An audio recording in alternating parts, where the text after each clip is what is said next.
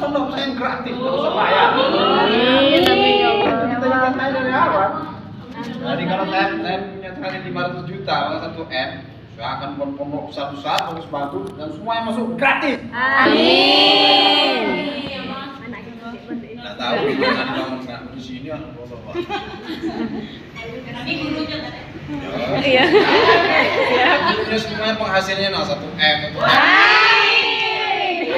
Artinya nggak usah dibayar nanti. Tinggal ini kan. Oh, sudah gajinya 1 M.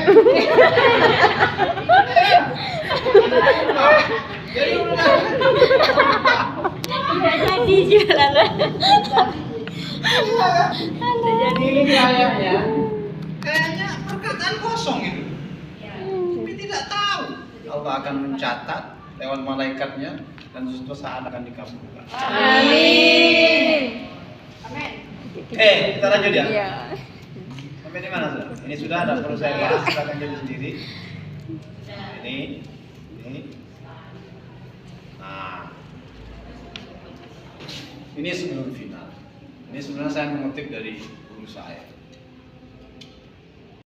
Namun jika semua itu membuat kita lalai dengan Allah dan meninggalkan apa-apa yang kita lakukan, lebih baik kita hidup sederhana apa adanya, yang penting dekat dan menjalankan semua perintah. Baik. Nah ini catatan ini, katakan di sini. Artinya apa? Ketika ini uang tidak menjadikan kita dekat dengan Allah, malah hambur-hambur, nanti penghasilannya 1 M, mobilnya Pajero, setiap punya pelayan, punya asisten. Ya kalau sekarang internetnya konten, wah sekarang kirim nih 2 orang, Lena kemana-mana konten, Allah, malah Pajero. Tapi melalaikan kita dengan Allah dan uang itu dibuat berfoya-foya, tidak membangun masjid, tidak membantu yatim piatu, tidak membantu pesantren, tidak membantu madrasah. Lebih baik kayak gini saja. Yang sederhana. Ada gunanya. Karena apa kata Allah? Kata Rasulullah, rak'atai qoblal fajr khairun minad dunya wa ma fiha. Hakikatnya kita sudah kaya sebenarnya. 2 rakaat sebelum subuh itu lebih baik dari dunia dan isinya. Tapi tentu yang ideal itu kita ingin kita kaya, sebagaimana yang saya sebutkan tadi. Tapi kekayaan kita itu untuk kemaslahatan orang. Yang saya sering sampaikan, kita punya penghasilan 1 M sebulan, tapi kita sedekahnya separuhnya 500 juta. Dan itu ada, kawan saya ada di Jakarta. Bukan miskin, susah miskinnya itu, tambah susah miskinnya. Dia tinggal telepon, perlu berapa untuk bangun masjid di pesantrenmu itu? Ini kayaknya 1 M. Kirim ini, besok ditransfer. Tapi dia tidak miskin-miskin, malah rezekinya itu kayak air muncak di mana-mana. Karena memang tak ada ceritanya. Orang yang bersedekah, yang murah tangan untuk mengeluarkan sebagian hartanya, kata Rasul itu sudah disebut bal yazdad sampai 3 kali. Kalau sampai Rasulullah nyebut 3 kali, ini apa artinya? Ini beneran ini. Jadi harta yang dikeluarkan untuk sedekah itu tidak akan kurang, tapi bertambah. Ini baru 1 fadilah. Dan sedekah itu banyak fadilahnya. Kita akan dijauhkan dari malapetaka. Sudahkah Anda bersedekah tadi setelah subuh? Sudah. Cuk. Kedua maksudnya. Jadi langsung dulu 1. Alhamdulillah saya bukan ria. Saya tuh panggil DT Tauhid, saya minta celengan. untuk mempermudah kan. Alhamdulillah saya setelah subuh 100, 1000, nanti sudah penuh. Ini untuk apa? Membiasakan kita sedekah meskipun hanya 100. Karena membiasakan itu yang sulit. Jangan sampai nanti ketika kita kaya seperti Namrud. Apa kata Namrud? Apa kamu Musa datang kepadaku minta hartaku? Ini hasil kerja kerasku. Akhirnya Allah dibuka tanah, memasukkan dia dan hartanya. Nah, ini perbedaan kita dengan orang-orang di luar sana. Jadi kita harus kaya, tapi kekayaan yang kita miliki untuk orang lain, manfaatnya untuk umat dan lain sebagainya. Karena apa? Dalam harta yang kita miliki ada hak orang lain. Sedekah, zakat, sedekah itu harganya bukan untuk kita. Tapi apa kata Allah? Khudz min amwalihim shadaqatan tutahhiruhum wa tuzakkihim. Harta itu ketika kita keluarkan itu akan membersihkan harta itu dan akan mensucikan pemiliknya. Nah, ini yang keyakinan yang perlu diubah. Jadi jangan sampai kita ini nantinya pelit. Maka ada ungkapan seperti ini. Jangan engkau menunggu kaya untuk bersedekah, tapi bersedekahlah mulai sekarang, maka engkau akan kaya. Karena tidak ada ceritanya orang yang istiqomah sedekah menjadi miskin. Tidak ada ceritanya. Tidak ada ceritanya.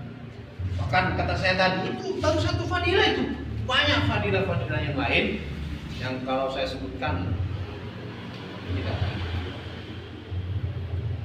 Jadi ini hal pokok. Karena bagaimanapun nanti yang takalan dunia yang kita gapai belum apa-apa, karena masih ada. Tapi banyak sekali para sahabat yang kaya. Kalian tahu Utsman bin Affan? Tahu? Abu Bakar Siddiq, Abdurrahman bin Auf. Ini konglomerat pada masa Rasulullah SAW.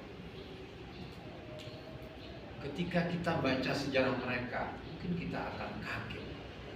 Ketika pada suatu hari Rasulullah mengadakan perang dan beliau memerlukan banyak sekali harta. Apa kata Utsman bin Affan? Abu Bakar Siddiq, aku sedekahkan separuh dari hartaku. Namun kemudian apa kata Utsman bin Affan? Aku sedekahkan seluruh hartaku, wahai Rasulullah SAW. Sahabat itu geleng-geleng. Semua hartanya sedekahkan. Tapi sampai sekarang harta beliau itu terus berjalan. Apa yang berjalan? Manfaatnya. Kalau nanti ada yang sudah mulai. Insyaallah. Kalau sebentar lagi kalau lain, Amin. yang itu sebenarnya tidak aman.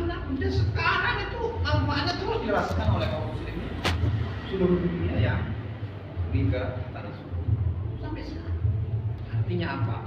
Asas manfaat semakin sampai sekarang terus mengalir.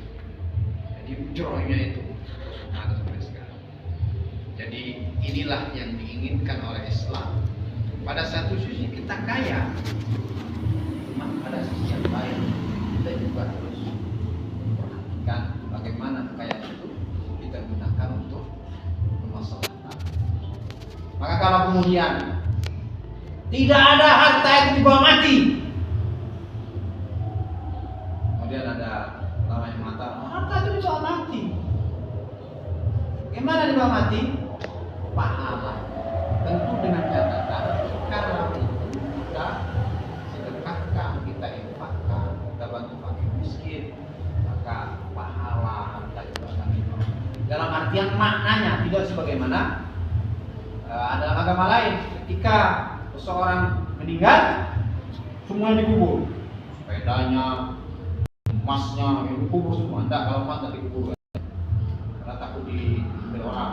Yang dikubur sepeda apa semua ini nanti jadi malaikat nanti, oh kamu kaya ya, oh nggak usah masuk.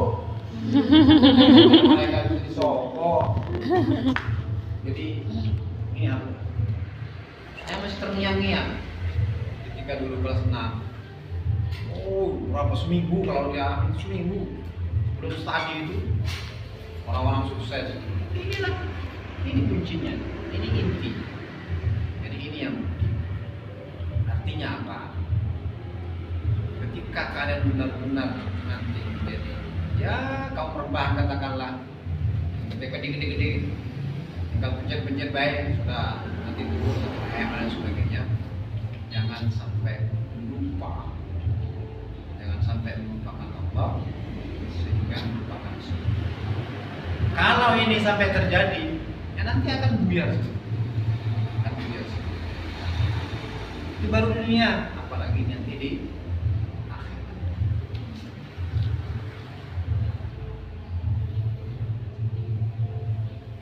Nah, ini yang ideal ya, yang saya sampaikan tadi.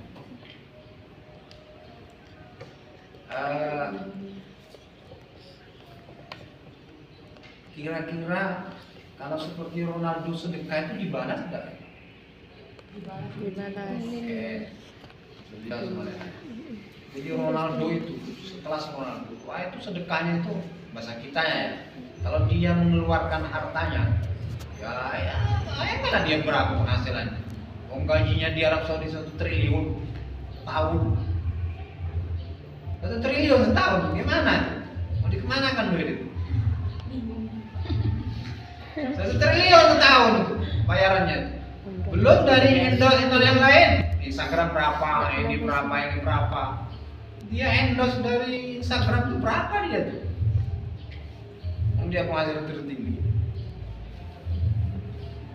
Dan dia juga memberikan, terutama Palestina. Saya senang Ronaldo itu karena dia membela Palestina. Saya tidak senang Messi karena dia membela Islam ya. Iya. Meskipun ya itu doanya, mudah-mudahan dia nanti Islam. Jadi dia juga mengeluarkan hartanya sebagai harta untuk Palestina. Makanya dia ada miskin-miskin tuh kayak terus. Itulah yang apa? Dikatakan ketika seorang siapapun itu kafir muslim bersedekah di dunia atau mengeluarkan hartanya, dia langsung dibalas dunia itu. Makanya saya ketika ke Malaysia kemarin, berapa tahun yang lewat, 2016 atau 2019, di mall-mall itu orang-orang Cina itu membawa emaknya itu keluar. Oh beli apapun dituruti. Ada kawan nanya, kok Anda ini sudah tua kok? Apa jawab mereka? Hoki kan? Apa hoki? Beruntung. Ini orang Cina loh. Jadi ketika mereka memperlakukan orang tua, terutama ibu dengan baik, istilah sosama, jadikan ibumu laksana raja, maka rezekimu juga akan datang seperti rezeki raja-raja. Ini diantara trik juga. Apa di situ sangat lihat pengabdian kita pada orang tua kita, terutama ibu. Bagaimana pengabdian kita kepada ibu?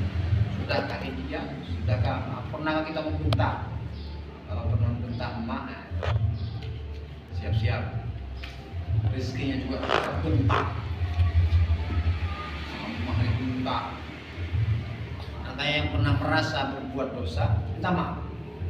Sebutkan semua dosa-dosa, mau sebutkan semuanya. Biar rumahnya benar-benar. Jadi ini yang benar. Habis. Jam berapa? Hah? 12? 15. Jadi jam berapa tadi? 11. Oke? Ada pertanyaan?